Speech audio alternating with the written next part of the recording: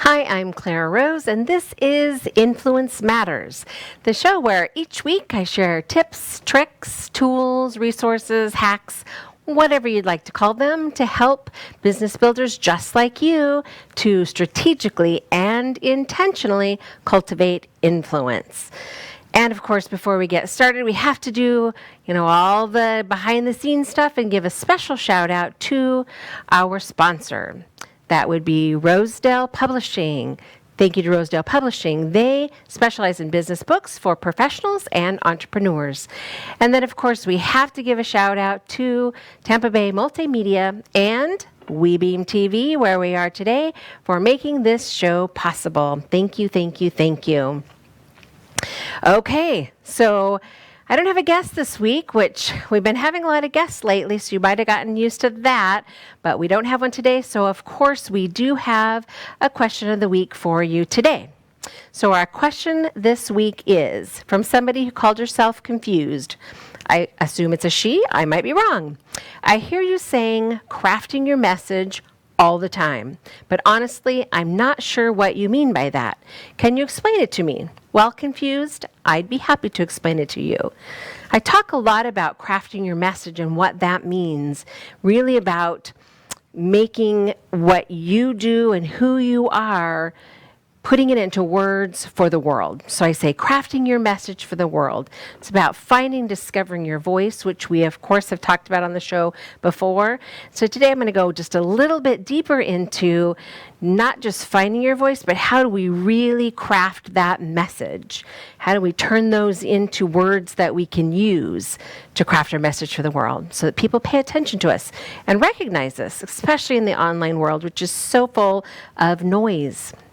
I call it noise, but it's noise. That's the only thing I can think to call it, just noise. So today, crafting your message. So get your pen and paper out and hold on tight, because we are going to talk about how to craft your message. I'm actually going to give you some tangible things that you can do to help you do that. Okay, let's get started. First, I have a nugget of truth for you. You are not the only one. I pause for effect. You are not the only one. Guess what? If you're a coach, you are not the only one. If you're a chiropractor, you're not the only one. If you help people write books like I do, you're not the only one. In fact, there's a bunch of people out there who do what you do. That's okay, right? There's room for all of us. The fact that we do it differently is what really makes a difference, right? We're not cookie cutters doing the same thing. So even for those in the marketplace who do what I do, which I do more than just help people write books. I'm working on your influence with you, but writing books is a big piece of it. So if you looked in the marketplace, you would find other people who specialize in helping entrepreneurs and professionals create a book that they can use as a tool for their business. So how do I stand out? Well, I stand out because I'm doing things a little differently. Now, a word of caution, especially if you're a new entrepreneur, if you find that there isn't somebody else out there in the marketplace doing what you do, beware. That could be because someone else tried it and it didn't work. Now, especially in the coaching world, I see a coach of everything, right? There's a coach for learning to swim. There's a coach for learning to write a book. There's a coach for business. There's a coach for, sometimes I'm shocked at what people are out there teaching in the coaching world. So if you get online and you find that there isn't somebody out there doing what you're thinking about doing or doing what you're trying to do, there might be a reason for that. In fact, I have a savvy tweet for you, so you can hop right over to Twitter and tweet this one out. So today's savvy tweet number 1 is, if there is no one in the marketplace doing it, be aware. There might be a reason. And of course, you can always find me on Twitter at Clara Rose Chat, and most any place online, actually. So hop on over there and tweet that out, and your friends will think that you're brilliant. Okay. I'm going to say probably the most important piece to standing out in what it is that you do is owning your uniqueness, being unique in some way and owning it. Now, when I speak with first-time book writers, first-time authors, often I get this, like, I don't think I have anything different to say about X, whatever their topic is. But I assure you that you do have, if not something different to say, you have a different way of saying it. We all are unique. And so learning to step into that uniqueness, I think, is really important. Understanding that your uniqueness is what's going to attract the right people to you. I hear this one a lot as well. Oh, everybody's my client. Well, we all know that that's not true. Everybody could potentially be your client depending on what you do, but everyone is not a good fit for you. There are some people who are so negative that they're not a good fit for me. If you're a super negative person, I don't want to work with you. Because it just brings me down. It burdens me. I don't like the way it makes me feel. So not everyone's a good client for me. Can everyone who has a business, ministry, or cause benefit from having a book? Yes, they can. And I talk about that a lot, the value of having a book to generate leads for your business, ministry, or cause. But in truth, I'm not a good fit for everybody to write that book. So you might be out there looking in the marketplace and find somebody who is a better fit for you. And that's awesome, because there's plenty of work to go around. So absolutely owning your uniqueness, super important. Okay, so I'm going to encourage you today as we move forward to keep that in mind and think about what Emerson said. To be yourself in a world that is constantly trying to make you something else is the greatest accomplishment.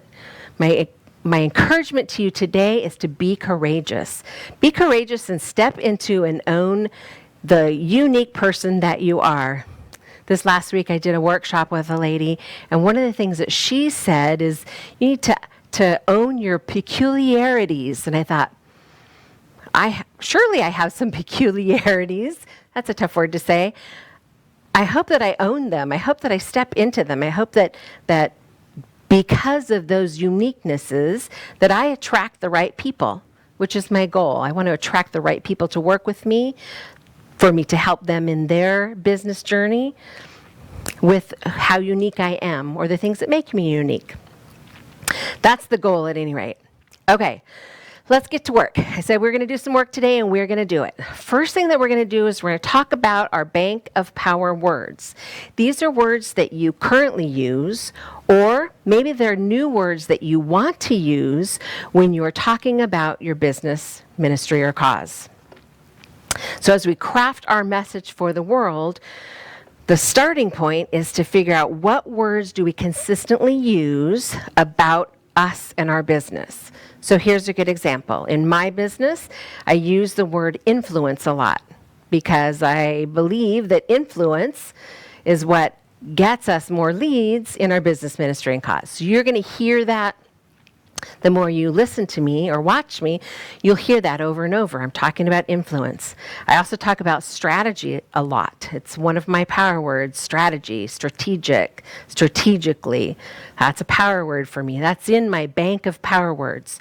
I call it a bank because it's where I draw from when I need words to create my marketing messages, whether I'm speaking them, writing them, however I'm getting my message out into the world. Maybe it's, literature or online, wherever it is, I'm drawing from this bank of power words that I know sound like me. It's my personal prose, the verbiage I use consistently to sound like me.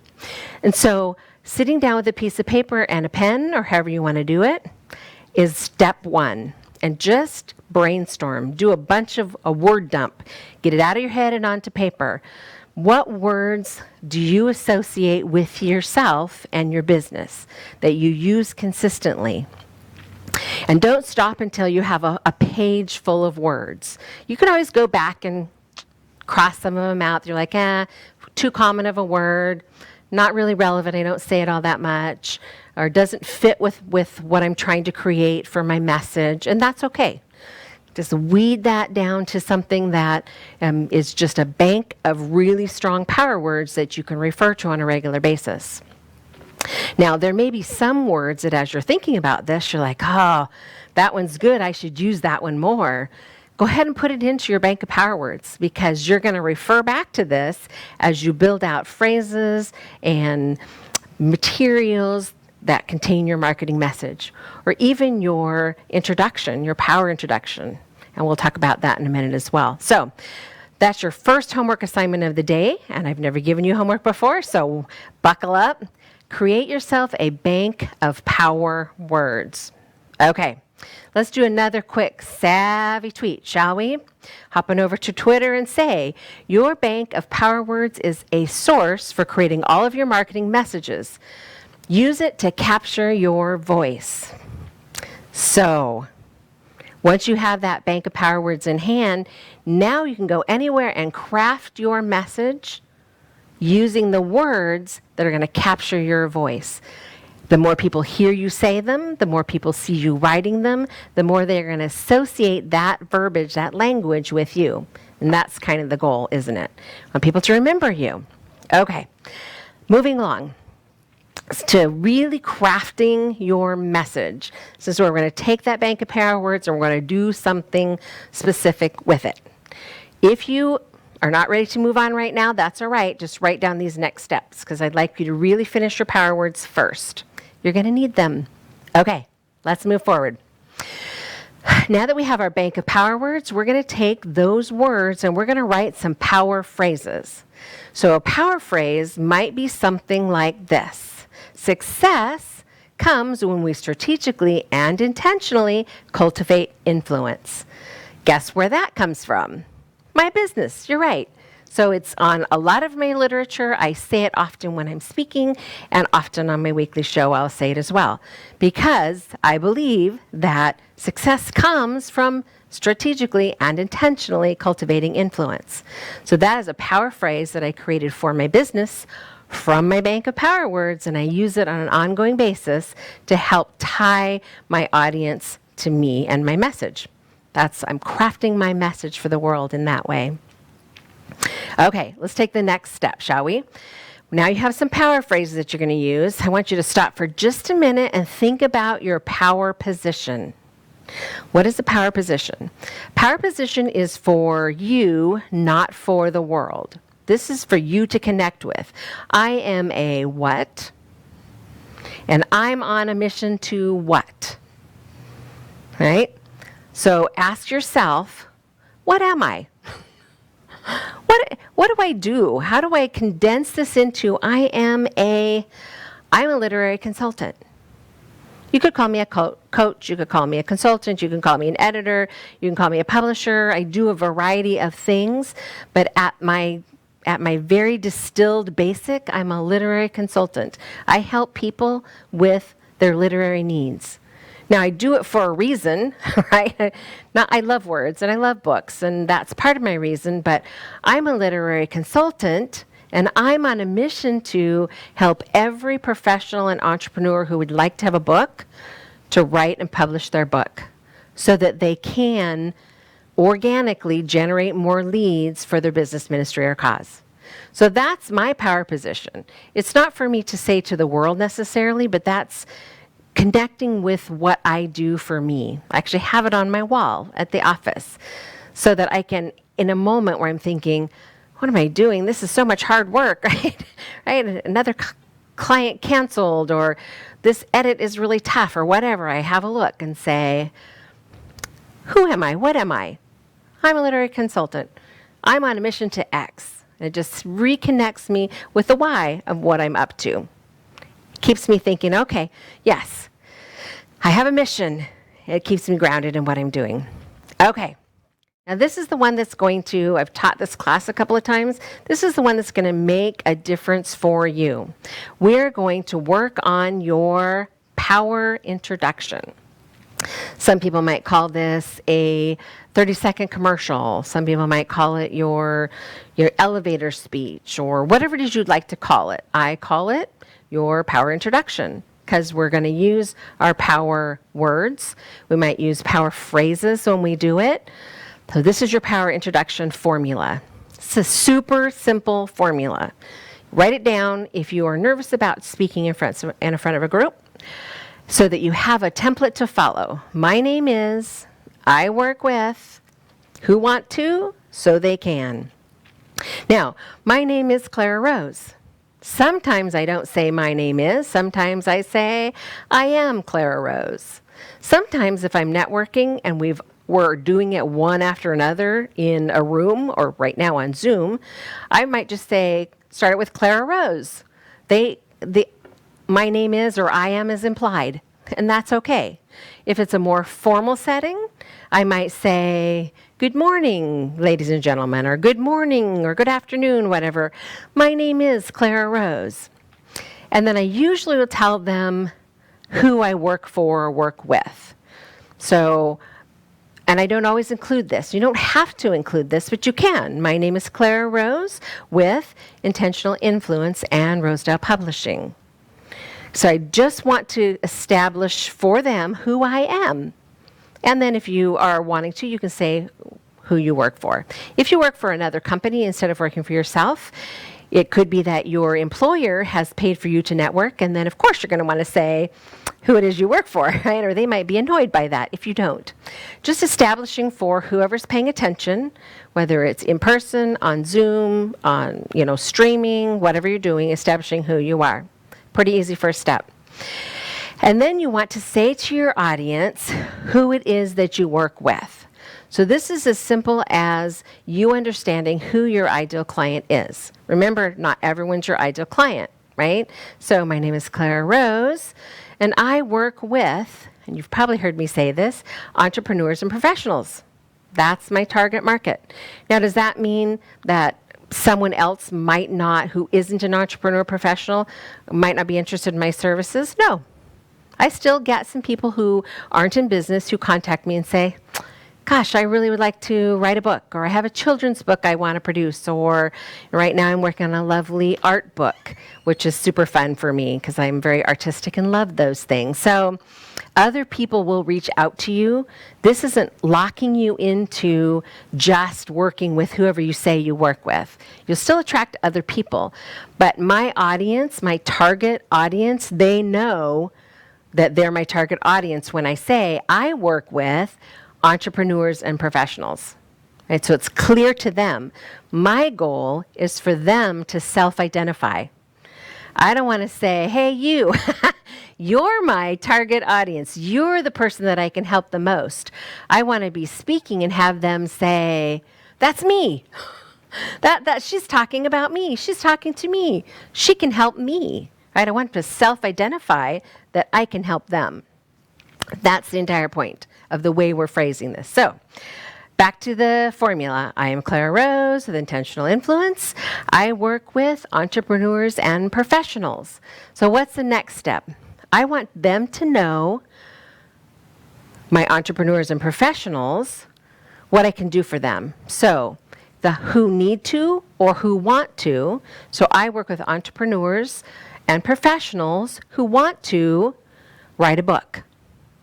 Or you might help them learn to ski, or you probably not in Florida, but right? Or you might help them, learn to knit, or whatever it is that you do in your business, right? I help them do what? For me, it's super simple. I help them to build their influence by writing a book. I help them to write their signature speech so they can get on stage, so that they can talk about their book and sell their book and generate more leads for their business, right? But I need to be able to wrap it into a really tight sentence in case I just have that 30 seconds. Sometimes you just have a little snippet of time. If I have like seconds, I might say, I help people write books, right? Because that's the meat of it, right? That gets right down to it. People go, oh, I know exactly what you do. If I have more time, I definitely want to say, my name is Clara Rose with Intentional Influence. I work with entrepreneurs and professionals who want to build their influence by writing a book. I want time to do that. I don't always have time to do that.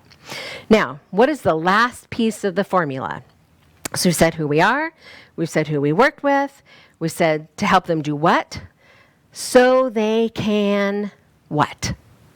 So they can what? There's a point, right? Sometimes I don't have time for that. But when I have time for it, I always like to say, who want to build their influence by writing a book so they can organically generate more leads for their business, ministry, or cause. I'm defining for my ideal client. I'm crafting a message for them that's going to say who I am, who they are that I'm trying to reach, how it is that I can help them, and what their benefit is going to be for that. This is the value proposition of my business. This is the thing that they care about most. Now, for some businesses, it's not quite so cut and dry. In some businesses, the book is enough, right? For some people, all I have to say is, I help people write books, and their ears perk up, and they're like, oh, that's me, I want to write a book. I've always been told I should write a book, or whatever. I know I have a book in me, or I've been trying to write a book for the last 10 years, and I'm not being very successful at it. That might not be the case for your business, whatever it is that you do. You might have to sell the benefit, right? For some people, the book is the benefit, and that's okay. My target market, I'm trying to teach them that your book is a tool, and we're going to do something specific with that tool. There's a reason we want to create the tool. It's not just about having the tool. For some people, it's just totally about having a book. And that's okay. But I want to encourage you to figure out the benefit of what you do so that you can wrap that into this formula. Okay, one more time through the formula really quick, just in case you've forgotten it since I haven't hammered it into you. My name is. I work with. Who want to, so they can. Now, of course, those are my own words.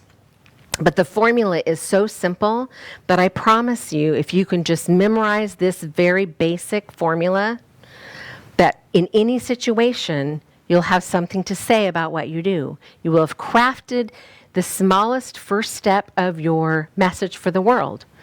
You need this message before you even get business cards. Right? You need to have a clear understanding of who you are, who you work with, what you do for them, what their takeaway is, because everything that you do is going to come from that message. Now you have your bank of power words. You'll have your power phrases that you could use as you speak and write and are out in the world, that people are going to start connecting to you the more they hear it, right? And you have an introduction, so you can introduce yourself on the fly really quickly, or if you have more time and somebody asks questions, you can dig a little deeper. Okay, do you feel like I made you work today?